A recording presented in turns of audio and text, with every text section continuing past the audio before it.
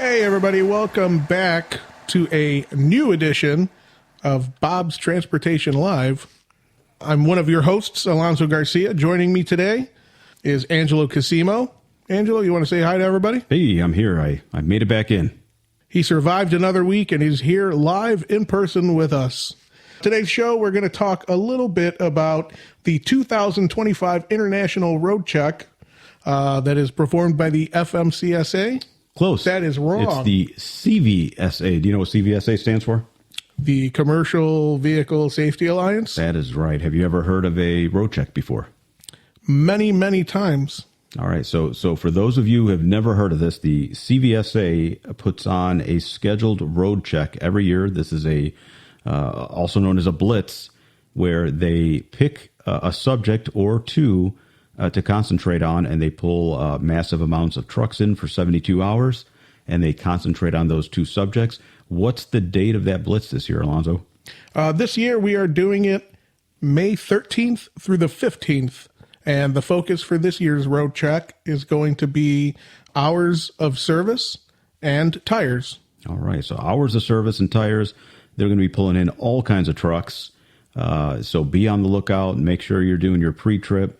Know your logbook inside and out and check all those tires like you should be doing daily, but especially now with these with the CVSA road check. What are we going to do on the podcast? Well, today we've got two special guests that are going to do a deep dive into this year's road check. They go by the names of Adam and Irene. All right, Adam and Irene. Yeah, they've got a ton of information for us, and, well, we'll let them take it away. So I guess these are some of our first guests, huh? Yep. We're looking forward to this. All right, let's hear from Adam and Irene, and we'll get back with you guys in a little bit. You know, something that really affects all of us sharing the roads in North America, whether you're driving a car or, well, a huge truck, is commercial vehicle safety. Mm-hmm. And that's exactly what we're going to dive into today, International Roadcheck. It's coming up soon, May 13th to 15th, right across Canada, Mexico, and the U.S. That's right. And for everyone listening, this isn't just some random stop. It's a really coordinated continent-wide effort by law enforcement. Yeah.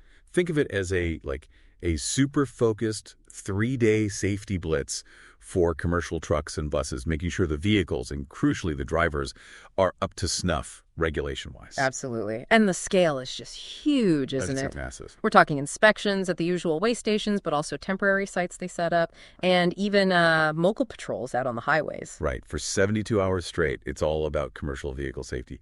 That's the priority. And what's really interesting, I think, is the data they gather. Yeah, that's key. During this intense period, it gives everyone, regulators, the industry itself, a real snapshot of how things are looking safety-wise. And those results come out later in the summer. Exactly. So for you, our listener, the mission for this deep dive really is to get a handle on what International Roadcheck is all about, why it matters so much, and what are the big focus areas this year. Right. We want to give you the essentials on this really critical transportation safety thing without getting totally lost in the weeds. You know? All right, sounds good. Let's unpack it then. So the core of Roadcheck is the inspection itself. And I understand the main one is called the North American Standard Level 1 inspection. That's the one. What does that actually involve for the truck and the driver? Well, imagine a really, really thorough physical, but for a commercial vehicle and its operator. Okay. The level 1 is it's a pretty detailed 37-step procedure, and it looks at two main things. First, the driver stuff. Are they qualified? Do they have the right license, medical clearance, that sort of thing? Makes sense. And second, it's a deep dive into the truck or bus itself. Its mechanical condition. Is it actually safe to be out there on the road? 37 steps. Wow, that is detailed. Covers a lot of ground. Now, I gather that even though they check all those things, each year they put a bit more, emphasis on certain areas. Is that right? Exactly right, yeah. While all 37 steps of that level 1 are always done, Roadcheck does kind of spotlight specific violation categories each year. Things inspectors will pay extra close attention to. And for this year, what's in the spotlight? Okay, so this year, the focus is on two really, really important areas. Driver hours of service compliance. HOS. Yep, HOS. Yeah. And the condition of the vehicle's tires. Okay, two big ones. Let's tackle the driver side first, hours of service. HOS. We hear that term, but maybe break down for us why these rules even exist. Sure. So hours of service regs are there for one fundamental reason. Safety. Plain and simple. Right. Think about it, driving a huge commercial vehicle, it's demanding, needs serious concentration. So by limiting driving hours and making sure drivers get proper rest, the goal is to prevent crashes caused by fatigue. Driver fatigue, well, it messes with judgment, reaction time. It's a risk for absolutely everyone on the road. Yeah, that absolutely makes sense. So for the driver themselves, what does being HOS compliant actually mean day to day? What's their responsibility? Well, the driver's main job here is to accurately track and log all their work time in their record of duty status, or RDS. The logbook. Exactly. Whether it's paper or, more commonly now, an electronic logging device, an ELD, they have to record driving time, on-duty time when they're not driving, like loading or waiting, and of course their off-duty and sleeper berth time. This log basically paints a complete picture of their work schedule. It shows they aren't pushing past those legal limits. And it's important for folks listening to know there are real teeth to these rules, aren't there? Consequences if drivers aren't accurate or go over their hours. Oh, absolutely. Serious consequences. If you're required to have a RDS and you don't, or it's not filled out right, or worse, you've deliberately falsified it. That's a major violation. You can get the driver put out of service immediately. Like, stop driving right now. Wow. And it can lead to big fines, even legal action against both the driver and the motor carrier, the company. Okay, so that's a strong reason to comply. Yeah. During road check, then, what specific driver things are inspectors looking at, especially around HOS and just general fitness to drive? Right. So they'll go through a checklist. They'll check the driver's license, the CDL, make sure it's valid, right class for the vehicle. They'll look at the medical examiner certificate, proof they're medically fit to drive commercially. Okay. If needed, a skill performance certificate. And then, of course, they'll carefully examine that record of duty status, the ELD or logbook data. Meticulously, you say. Yeah, they know what to look for. In the U.S., they also check the FMCSA's Drug and Alcohol Clearinghouse. Make sure the driver doesn't have any outstanding violations that would bar them from driving. And beyond the paperwork, they're also looking at simple stuff like, is the driver wearing their seatbelt? Any obvious signs of impairment, alcohol, or drugs right then and there. And if they do find one of those out-of-service violations with the driver, what happens immediately? If an inspector finds a driver out-of-service violation, that driver is immediately prohibited from operating any commercial motor vehicle, period. Right there on the spot. Yep. They can't just hop back in the cab until the issue is fixed. That might mean taking a required rest period, correcting their log, sorting out credential issues, whatever it takes to be legal and safe again. Okay, that really clarifies the driver focus. Now let's switch gears to the vehicle side, the other big focus this year. Tires. Now, for us driving cars, yeah, tires are important, but why are they such a huge deal for these big trucks and buses? You're right, tire care is vital for everyone, but for commercial vehicles, the stakes are just higher. A tire failure on an 80,000-pound truck isn't just inconvenient. Nope. It can be incredibly dangerous. Loss of control, serious accidents, debris flying. It's a hazard for everyone nearby. And just from the trucking company's point of view, a tire blowing out mid-trip is super costly. Downtime, repairs, potential cargo damage. It makes proactive maintenance much, much smarter and safer. So what exactly are the inspectors looking for when they examine the tires during road check? What are the key checks? They're looking at several things. Tread depth, obviously, making sure it meets the minimum legal requirement. Proper inflation, under or overinflation causes big problems. Right. And then they're carefully inspecting for damage. Any signs of air leaks? Is the tread separating from the casing? Any cuts or bulges on the sidewall that could mean internal damage? Even checking for improper repairs that could fail down the road. Yeah, all things that sound like they could definitely cause a failure. Now, tires and HOS are the big focus, but a level 1 inspection covers way more on the vehicle, right? It's not just those two things. Oh, absolutely not. Yeah. HOS and tires get special attention this year, but the level 1 is bumper to bumper, top to bottom. They're meticulously checking brake systems, linings, air pressure, slack adjusters, everything. It's crucial. Hugely crucial. Cargo securement is the load tied down properly so it won't shift or fall off.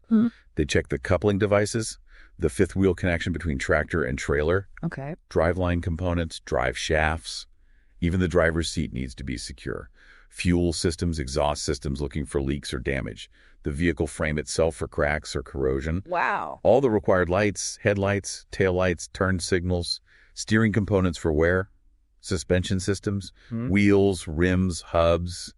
Even the windshield wipers need to be working properly. It really sounds like a comprehensive safety audit. And I think you mentioned for passenger vehicles like buses, there are even more checks. That's correct. Yeah, for vehicles carrying people, motor coaches, passenger vans, inspectors add extra checks. Yeah. Emergency exits are a big one. Are they marked clearly? Are they accessible? Do they actually work? Makes sense. They'll look at the seating. Is it secure? And they pay close attention to electrical systems, especially around the engine and batteries, looking for any potential fire hazards. Okay. So let's say a truck and driver go through this whole rigorous level 1 and they pass with flying colors. No critical violations. Is there any reward or recognition? Yes, there is actually.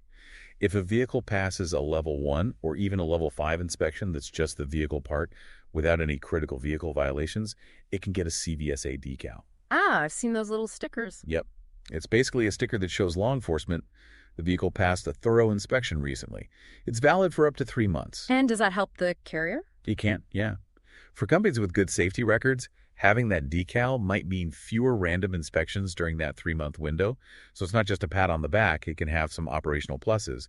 Represents a commitment to safety. Right, a bit of an incentive. But the flip side, what if they do find serious problems, those out-of-service violations on the vehicle itself? Well, if an inspector finds violations that meet the North American Standard out-of-service criteria, these are specific serious safety defects. That vehicle is immediately restricted, meaning it cannot legally continue its trip. It's placed out of service until all of those violations are fixed properly, meet the safety standards, and potentially get re-inspected. So it takes unsafe vehicles off the road right away. That's the whole point. Get them fixed before they can cause an incident. Now, it sounds like a road check isn't just about catching violations. There's an education piece, too. I heard inspectors might answer questions. That's a really important aspect, actually, yeah. Yeah. While enforcement is key, road check is also a chance for dialogue. Inspectors often take time to talk with drivers, maybe company reps. They might answer questions about why something is a violation, explain tire wear patterns, or even help clarify those sometimes confusing hours of service rules. So it's a learning opportunity, too. Absolutely, for everyone involved. Better understanding leads to better compliance down the road. Okay, practical question. What if someone's out driving during these 3 days, May 13th to 15th, and the weather's terrible? Or maybe things are just too backed up for a full level 1. Are there other kinds of inspections? Yes, good question. If a full level 1 isn't practical, maybe heavy rain, snow, or just major traffic jams, officers have options.